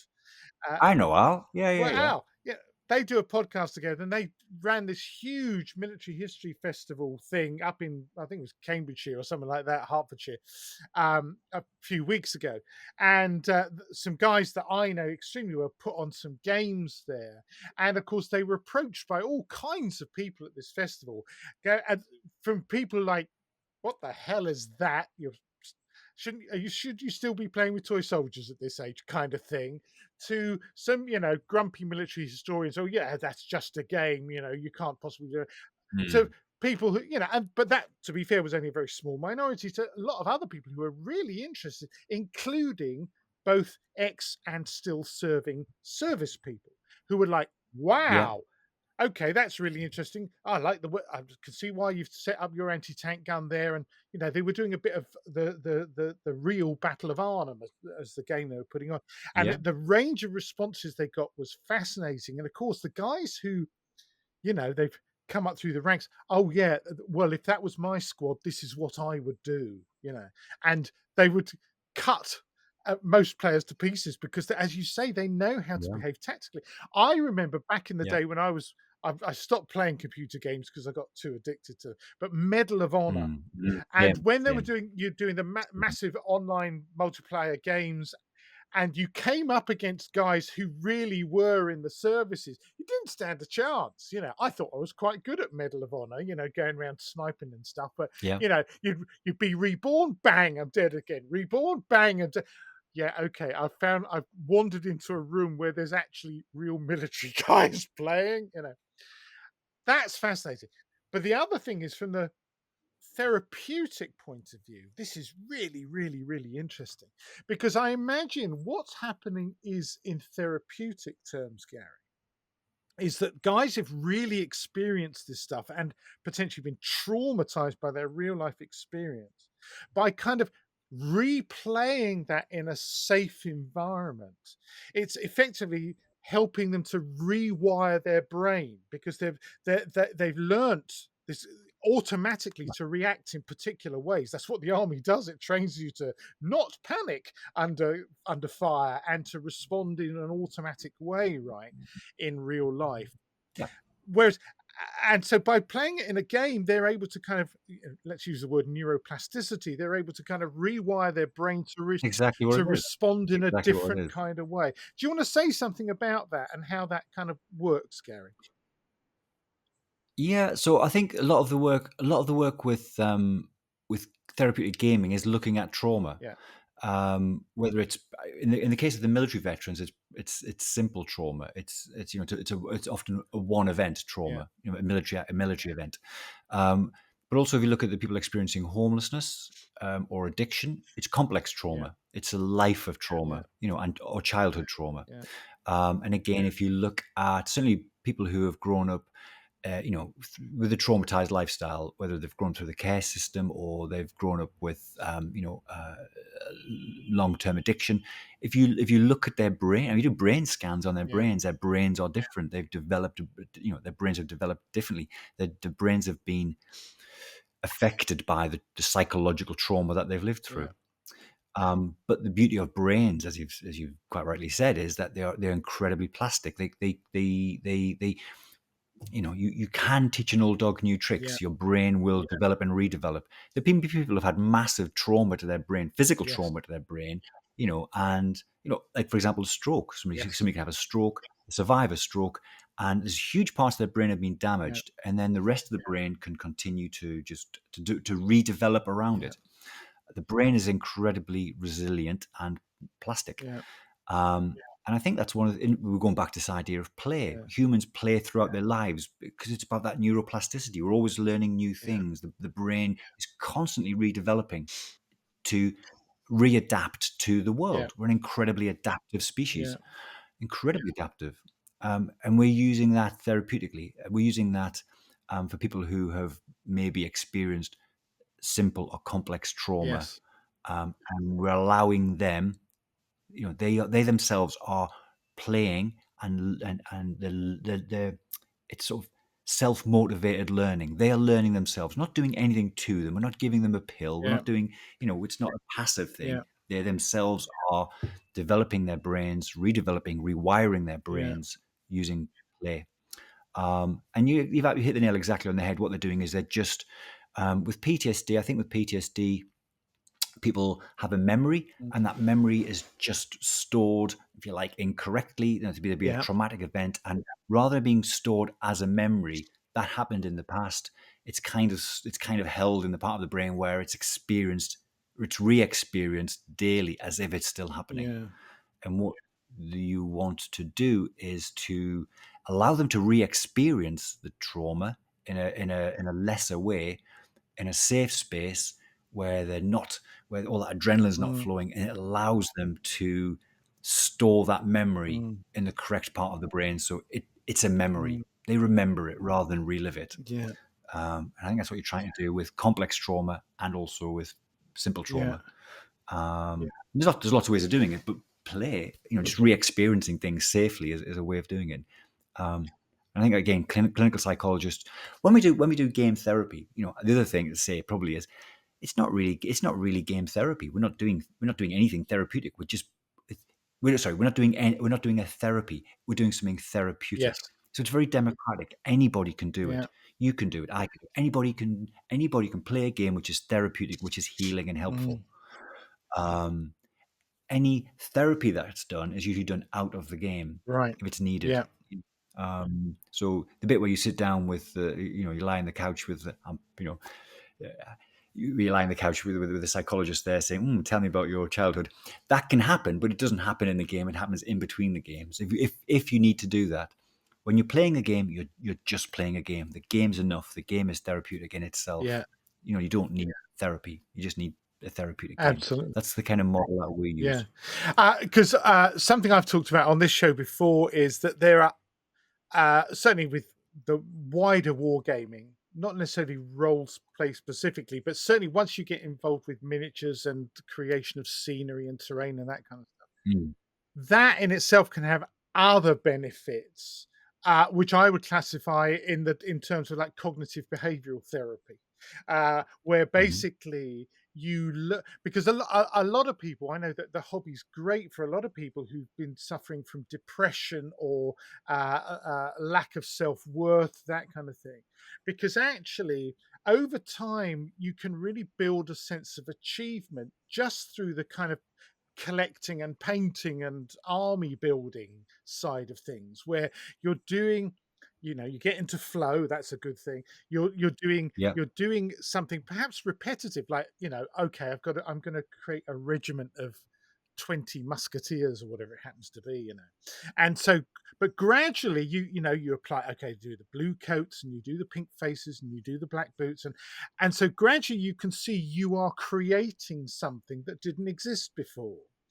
And it's a gradual thing that builds up, and every time you add to it, you get a new sense of achievement, don't you? From having there was nothing before, and I've just made something. And then you can get to play with it, which is another huge benefit of this hobby, right?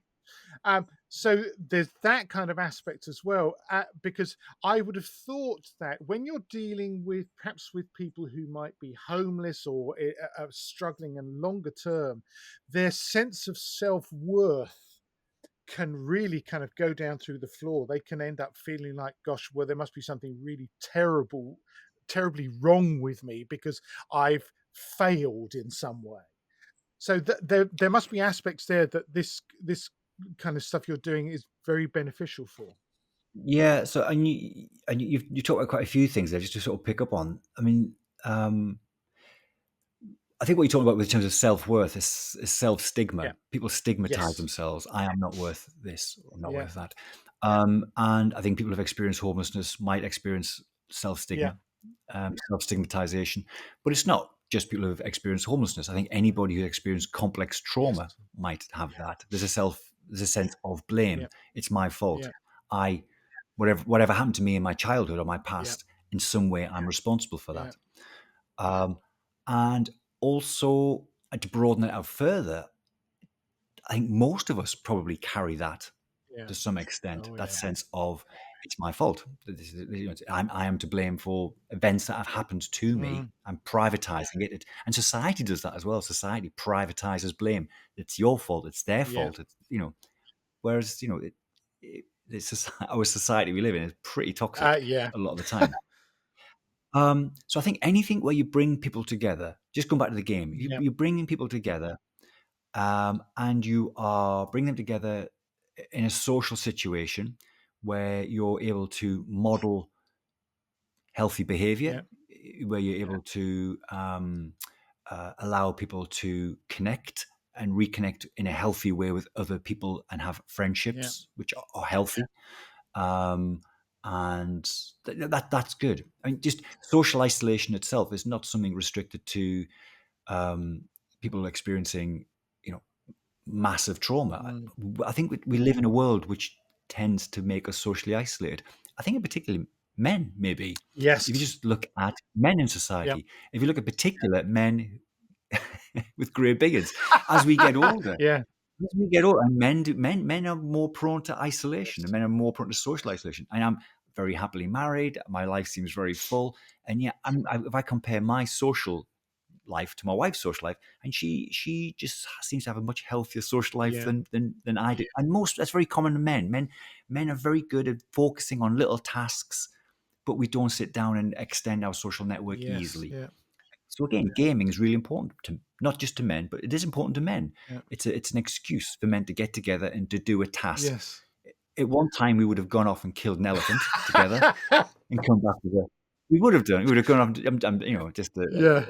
But we'd do something like that. Men are very task orientated, and so we're going to go off and we're going to fight orcs instead, or we're going to go off and come together Yeah. as a group and do that. Yeah. You don't have to be lonely to be socially isolated. Yes. You don't have to be alone to be socially Yeah. isolated. You can be in a group, you can be in a family, and Yeah. still have an element of isolation. And games are very good at addressing that, I think. Yeah. So that was term of isolation and self stigma. You mentioned the therapies. You mentioned you sort of touched upon behavioral Yeah. therapy. There's other therapies as well, like dialectical Yep. therapy, where you're looking at other points of view. Yeah.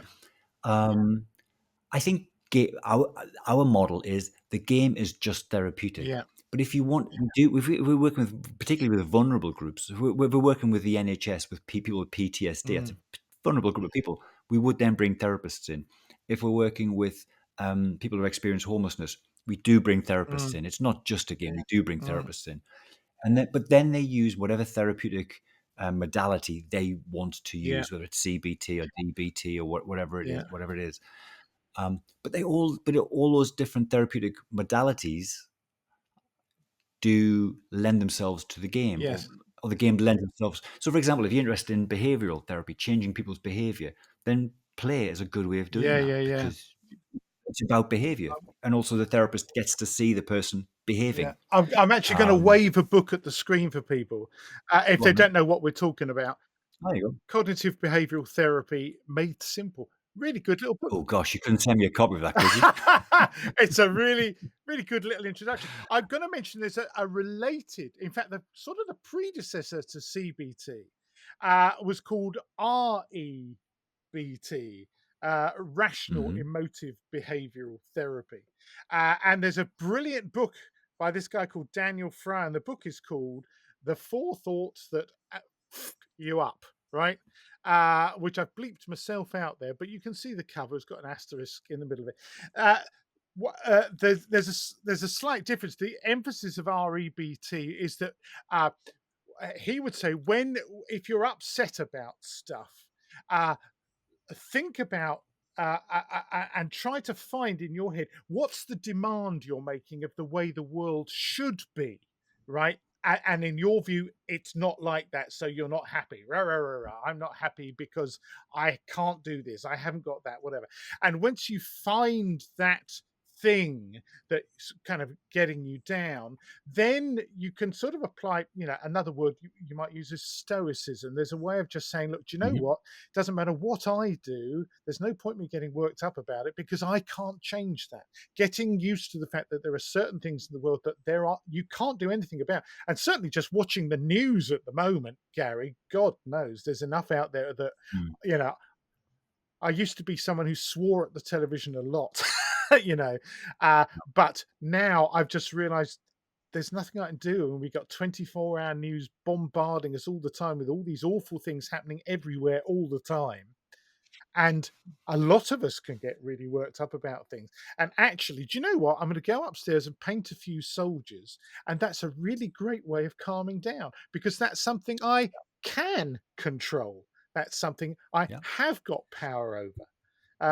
So Yep. that's just a couple of little book recommendations. I'm only going to make one more. I've got a pile of books here, but there's one more for people who are feeling down and are prone to beating themselves up. This is probably the Bible for this subject. Self Compassion by Professor Kristin Neff, which is an absolutely fantastic book. This book, no kidding, saved my life. I went through a very miserable period a couple of years ago, and that stopped me doing something really stupid.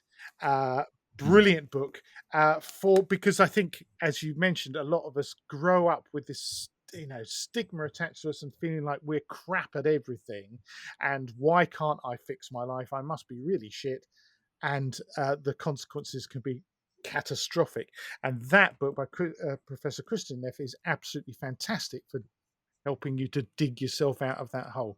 So anyway, but those are just a few things. But this is, what you're saying about what you're able to do, and the fact that effectively, as you say, what you're saying, the game is just a game, but it by playing the game, it can have multiple therapeutic effects that aren't without you necessarily having to apply a modality, having to apply a therapy to the patient there on the spot, as it were.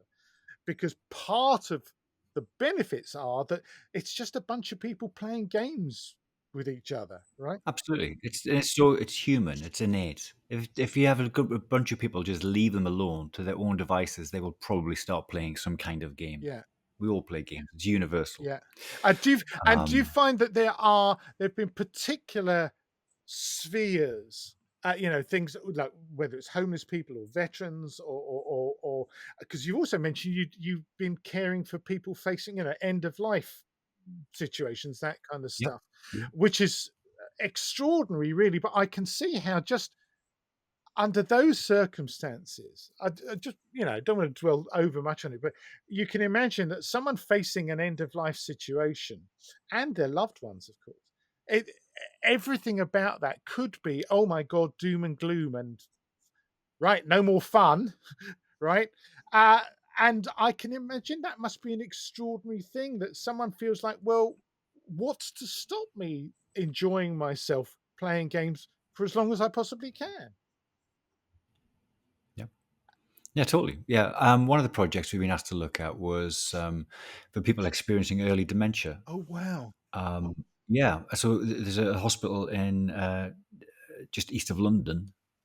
You're Essex, aren't you? I'm down in Brighton Which and Hove. I was born in oh, I beg your born pardon. in I'm Essex, but I sorry. don't You're from talk about it. Scotland. No. yeah, yeah. That's right. Yeah. But again, we have to look at that population, and my first thought was, oh gosh, that seems too difficult. Um, how would you begin to develop a game? A role playing game for people experiencing early dementia. But then you just pause and think about it and go, actually, no, you can. It hasn't got to be Dungeons and Dragons. It's just a game. We all play games. When we're older, people play Yeah. games. Um, uh, my so I mean, my dad's got dementia, and I was back up home recently, and taking the story full Mm. circle, there was at the local village, like, sort of community centre, there's an exhibition of model railways. So we took my dad. So we started talking Yeah. about model railways. We took my dad down, my mum and dad. We went to look at these model railways, and my dad just loved it, and he remembered them. And again, the tactile nature, you could see these things, the Yeah. physical Yeah. things, and there's just this sense of creativity and play. It was just so important. And then you look at that and you go, do you know what? We can. There must be a way. So we're talking to the occupational therapists about. We're looking at how would we develop a service to support people in early dementia, Mm. or it could be their families, or it could be transgenerational, Yes. into bringing families with their elderly parents. Looking at ways that we can do that. So the beauty of the game is if it's infinitely malleable. It can Yes. be anything you want it to be, as long as you go into it thoughtfully and you design something, create something with the clients in mind. You Yeah. go, this is for them. This is how we're going to play it. Um, computer. There's a lot of evidence that computer games, that they are beneficial. The problem with the computer game is it takes millions of pounds and 10 years to develop a Yes. computer game. Yeah. You don't just get Call of Duty overnight. Whereas Yeah. with a pencil, a pen, and a bit of paper, we can create a tabletop role playing Yeah. game. Yeah. It just requires our imagination Yeah. and our Yeah. creativity, And and with a bit of thought, anyone can do it. that's something else I wanted to ask you a bit more about, which is obviously what you're um, engendering in people is this creative aspect of the mind where it can literally, you're engaging people's imagination, right? Mm. And in a sense, how does that work? Do you find that because I just know in as a civilian with various playing with various, there are certain people I know who really very quickly can pick up on what's going on, and there are other Mm. people who kind of struggle more. And interestingly, I found often it's guys, and particularly young guys, really immediately, "Oh, okay, I'm there." Whereas I think an interesting aspect, and it's kind of sad, it's a kind of a cultural thing, maybe, but maybe it's changing, is that for a lot of women, they were brought up being told, no, no, no. You're going to be a mother. You're going to be a wife. You've got to focus on, bringing up children and being sensible and looking after the house. Games are silly things, that you shouldn't be involved with. That's something that little boys do. Do you find that there are certain people, and is there a divide between the sexes about how easily people pick up on the imaginary side of things, or not, or is that a myth? I'm not, and there's definitely a difference in the way people play games and how easily they find tapping into that creative Mm, side of them. I'm not aware of any difference in gender. I'm not aware of that. Um, that would be something that all of our projects are all part of research projects, mm, and that'd be something that would be interesting to look at, to be honest. mm, But anecdotally, I'm not aware of that. The gender divide. I don't see that. And in fact, I mean, what I am aware of is that we do, just statistically, we have a lot more men playing the games than we have women playing the mm, games. But there could be lots of barriers to that, which is not inherently down to their gender. It could just be that there are barriers in the way yeah, of women playing games. I imagine that's probably a case. Um, um, but I mean, definitely people find it difficult. Some people find it very difficult when you start playing a game. And one of the joys of the game, one of the things that we see a lot of, is people, when they first start playing a character, they play a character which is a version of themselves. yes, In fact, this is almost everybody. They start playing a character very similar to themselves, and the next time they develop a character, often that character becomes a little bit further away from mm, themselves, until eventually, dot dot dot, yeah, you end up people taking on the most, different. And that's it. That again, that can be very therapeutic. And for all of us, it's that ability to see, to see through others' eyes. That's Yeah. important, Yeah. that we have a sense of that. Yeah. Of course, it's impossible. You can only see through your Yeah. eyes. Everybody, we are all versions of ourselves. That's all we ever play. When we're playing an avatar, it's a version of ourselves. Yeah. If if you're on stage playing Macbeth, you're not Macbeth. You are Henry Hyde pretending to be. We only can only be Yeah. what we are. But we can certainly experience, so again, that sort of dialectical thing where we go, what's it like? What would others think of me? What do I think of, how Yes. are others thinking? How would somebody else behave in this situation? Yeah. And that can be therapeutic. Just again, from a behavioral point of view, um, I imagine that people think I am X, Y, Z. And then you can go, "Oh, do they? Do they think that? Yeah. That's what you think they're thinking. Are they thinking that? Maybe they're not. Maybe they're thinking you're wonderful, you're brilliant, Yeah. or um, I know myself to be. We had a brilliant. We had a lady who was playing, and she lived a life of trauma and violence and domestic violence, and she played a game, and I'm very quickly, within we played like a 90-minute session, and at the end of that session we said, how was that? And she went, that was amazing. I've never sort of stood up for myself before. For the first Oh, time, yes. I was brave. I was able to be brave and fight back. Yeah. um, and that was, again, it's the sense of, in a game where you're playing and have permission to be somebody else. Yes. It is an important part of the Yeah. game. You can only ever be yourself, but she was being herself on purpose. She was Mm. purposely being a brave version of herself, which is really important, because then you take that into the world. Yeah. I can be brave. I can stand up for myself. I don't have to be whatever. Yeah. Um, but people do develop that, I think. And again, as a GM, you can encourage that. You can encourage it through modeling. Yeah. Doing silly voices isn't. It's just a silly voice. Doing a silly voice isn't important. Yeah.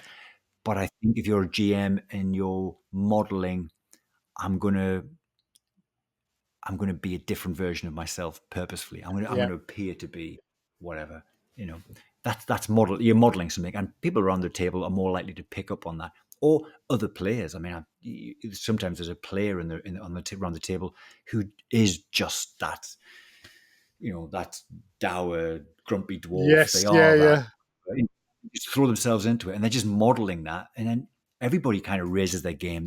I raise my game. Oh, right, that's good. I better do it. Yeah. So, but at a therapeutic level, it's just giving yourself permission to be a different version of yourself, Yeah.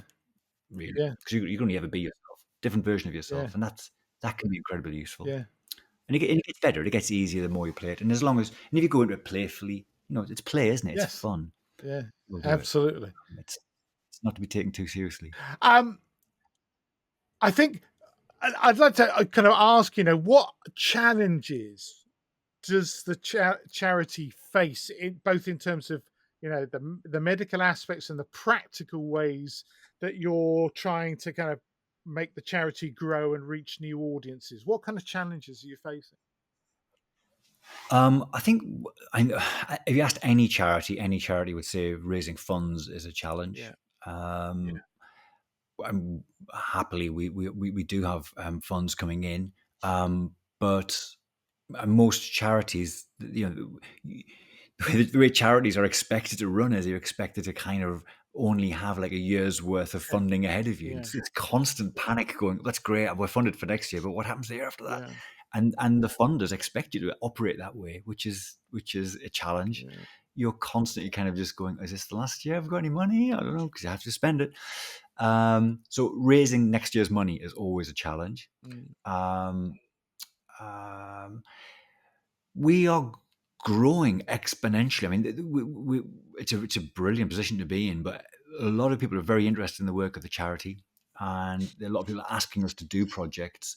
And a challenge for the trustees strategically is to go, we just have to manage our growth. Yeah. We Yeah. need to grow slowly and safely and thoughtfully. And so we've got lots of people asking us to do projects. Lots of people asking to get involved, and we go, that's great. We have a plan. I have a plan to take us for this year through next year, for the next few years. But again, that's a challenge, just not taking on too much too Mm. quickly and being thoughtful in what we do. And we're doing that successfully. And so next year we're rolling out these projects I mentioned on autism, and also the projects in schools, libraries, and clubs. And then little projects. We're doing a little project with the young people with Duchenne's muscular dystrophy. Mm. And then we're looking 2 years ahead, where we're already starting to look at maybe doing the project for the dementia, and also we're looking to get into prison populations. It takes years and years to Yes, develop yeah. these projects well and thoughtfully. But that's a challenge that I think we're managing that quite well. Um, we're always looking for volunteers. Often it's a case of saying to volunteers, actually, can you just give us 3 or 4 months or 6 months, because we've got these Yeah, projects, they're in development. We need to know where our volunteers are. But can you, and we've got very keen volunteers, which is brilliant, and they keep emailing me every couple of weeks saying, "Can I start a project?" I'm going, "Yeah, we just have to be a bit more thoughtful than that." yeah. But if anybody wants to volunteer, get in touch with us. In particular, projects that we're already running. So we're running projects for people experiencing homelessness. We're running projects for military veterans, and we're starting to do our little alpha tests for projects for people with adults and young people who are autistic. So those areas, we're getting projects on the ground now. So we're looking for volunteers for those. Well, that's Um, fantastic. Oh, so if because I know I've got people's that I know popping into my head as you're talking about. Oh, Brilliant. I know Send that. them my I email. know that. I will. If people wanted to get in touch and help in any way, whether it's financially or practically or as a volunteer or whatever, or might have a project in mind, how do they get in contact with you? What's the best way to get in contact with you? So if they can send an email, and I'm sure you can stick it in the chat somewhere, but it's Yeah, uk.game.therapy@gmail.com, and I'll send that across to you as yeah. well. That email will come through. That email will come through to me, and we'll have a little conversation. Or we've got a website. If you go to our website, which is www.game Hyphen. slash therapy Yeah, hyphen thank you .co.uk, game hyphen therapy.co.uk. Again, all our socials and our contacts are on there, and get in touch with us that way. yeah. And also we're at most of the games conventions as well, so I think we're at all the games Oh, conventions right. moving forward. So just grab us. I'll probably be there. If I'm not there, I probably will be there. If I'm not there, somebody else will be there. Just grab us, have a chat, Well, and we'll that's really start a interesting conversation. because obviously there's a probably when you say games conventions, probably those kind of games conventions that deal primarily with fantasy, sci-fi, board We're, games. we're at Salute, so we're going to be at You are at Salute. Salute. Aha! Yeah, so we're going to be at Salute this year. They very kindly invited us there, so we're going to be there. Brilliant. And also, I don't know if you have a large population of military gamers, but we're also going to be at DSET as well. So DSET is the Defense Simulation Education and Oh, Training. right. It's not a gaming convention; it's a military sort of digital All convention. right. We're going to be there this year. Yeah, but Salute would be a good one for any war gamers out Yeah, there to come fantastic. across and say That's hello. the big one. Yeah, because also you've mentioned autism in there, and there's someone I know who Yeah. organises one of the shows, and I bet his ears have just gone, "Oh, that's interesting," because there's a Oh yeah, we'd show. love to hear. Because do you still live up kind of in up north, basically Durham, County No, I'm in Durham? Oh, London. you're in London. No, I'm in Oh, London. right. I'm in East Oh, London. right. Yeah, Okay. the Because kids have got me. there's Right, well, keep up. Salute is right on your doorstep. Then there's other war games conventions Yeah. around the London area, but there's also another couple of really popular ones that take place in Newark in Nottinghamshire a couple of times a year, called Yes, Partisan, and I think that would yes, be I'm aware of that. you could be have a useful presence there. But If we get an invite, we're there. Yeah, just invite absolutely, us and yeah. we'll go. Well, I'm sure it can be sorted. I want to go. We're heading towards kind of time to wrap up. Really, we've been yakking for quite a while. Yes, Thank you so yeah. much for your time, Gary. But We love chatting. Yeah, it's been really good. before we go, I can't not mention dorks and orcs, right? Uh, Right, right, right. I mean, you're a man who likes to perform as well as obviously not just perform miracles with therapy, but obviously, perform miracles on stage as well, Gary. Tell us about what Dorks and Orcs is, and I'll obviously put links to the website in the show notes and Yes. stuff. Yeah. So, yeah. So Dorks and Orcs is so one of the things I do is I do comedy, I do stand up comedy, but also do a lot of sort of comedy production. And one of the things we've been working on for a bunch of years is a panel show, a comedy panel show. So we sort of think of, 8 out of 10 cats, or Would I Lie to You? It's a comedy, very British comedy panel show, but it looks as if we're playing a game of Dungeons and Right. Dragons, essentially. So it's called Dorks and Oaks, and we've been doing that. We've been developing it for a bunch of years. We were up in Edinburgh last summer, Edinburgh Comedy Festival, and we had a little sold out show there, and it was Wow. great fun doing that. And we're going to start touring it around live. We also were invited across to LA to record a little pilot of the show, so Wow. we've done that. Yeah. So kind of watch the space. We're hoping to have a digital platform up soon. I'd love to come back and just chat for 90 minutes about Dorks and Oaks, Yeah. to be honest. It's a big project of ours. So I think that's going to be a bunch of fun. Yeah. So anybody's interested in Dorks and Oaks, check that out. I think it'll be coming to a stage or screen near you soon. Fantastic. So, I mean, that's not just you. That's a bunch of other people. Is it related to the game Yeah. therapy, or is it something totally separate? It's totally separate. I think. I mean, so Dorks and Oaks. Because I'm doing the game therapy, and also I'm doing Dorks and Oaks. I mean, Dorks and Oaks has supported game therapy, so we've raised a bunch of Oh, money. right. You mentioned Al Murray, so we did a show at the Comedy Store, and Al Murray was was the star of the show, Oh, to be honest. fantastic. So we had Al down. So every year we do a little fundraiser, and that money just goes. Dorks and Oaks do a little fundraiser, and that money goes to game therapy. We did an Edinburgh show, and the money from the Edinburgh show went to game therapy. Brilliant. So they're two separate things, but in Dorks and Oaks, it's a bunch of very, very talented comedians, some of whom are gamers, some of whom haven't got a clue what gaming is, which is kind of part of the fun. But check out our socials. And I'd love to come back and chat to you more about the Dorks and Oaks at some point. Absolutely. Yeah, that would be fantastic. I think we could, book a slot in now. But that's fantastic. Or let's come down to let's do it at the Comedia. Let's do a show at the Comedia, or let's do it in Brighton, and we'll come down. We'll do it face to face. A little chat face Well, to that would face be on stage. fantastic. That would Let's be do that. we could do that. Absolutely. Absolutely. Let's do that. So, folks, I mean, there's actually a couple of a clip or two of you guys in action at Dorks and Orcs Is there? on the website. I believe there's something, but there, I've just scrolled down a bit further, and there is Mark Steele and Al Murray being mentioned. There you go. There he is, pub landlord. What can I say? Fantastic. Right. Well, what can I say, Gary? This has been absolutely fascinating.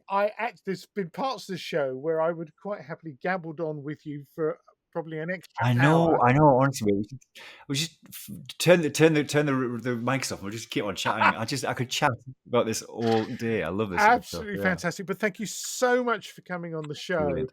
It's been genuinely a real pleasure. And I think the idea for the charity is absolutely fantastic. And I'm really, Oh, really thank you. fascinated about the fact that effectively it's a bunch of kind of research projects that you're finding evidence that this stuff really does work with people. And the Yeah, evidence, but again, but I was going to say, but thank you for helping us promote the charity. And again, it is collegiate. It only, it's everybody, it's gamers pitching in as yeah. well. So even if you're not a researcher or a clinical psychologist, if you're a gamer and want to help, get in touch with Yeah, us, because that'd be awesome. absolutely. Well, I think you're probably going to hear from me kind of first of all. Brilliant. But thanks Fantastic. so much, Gary, and well, enjoy the rest of your day. Cheers, mate. Thank you so much. Thanks. Bye.